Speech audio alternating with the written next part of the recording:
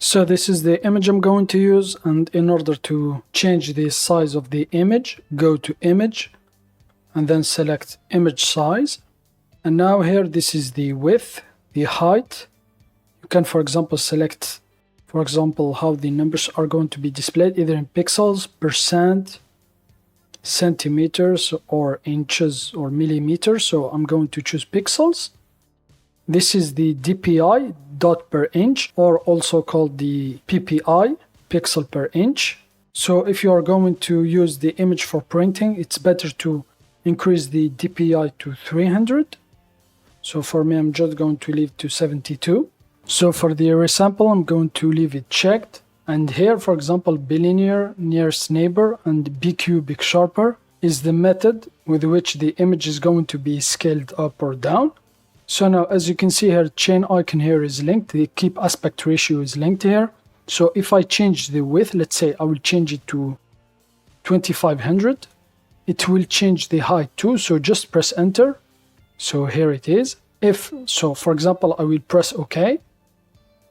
So here it is. It increased the image. Now let's select the zoom tool, right click, and then select fit the area.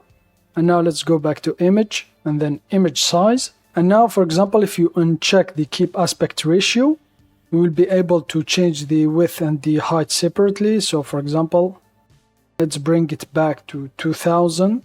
So here's the height, and then double click, type 2000, and then just press enter.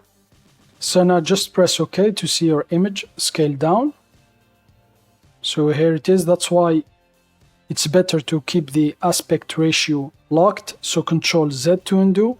So now let's go back, go to image, image size, check the keep aspect ratio. As you can see, it is darker here, the borders.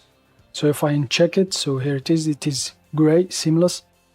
So this is darker just as the color here. So now you can also, for example, do calculations. So for example, if I left click here, type asterisk and then 2, this will multiply the width and height since keep aspect ratio is checked by 2. So if I press enter, so here it is. And now you can also, for example, divide or subtract. So let's say, for example, I'm going to divide it by 4, press enter.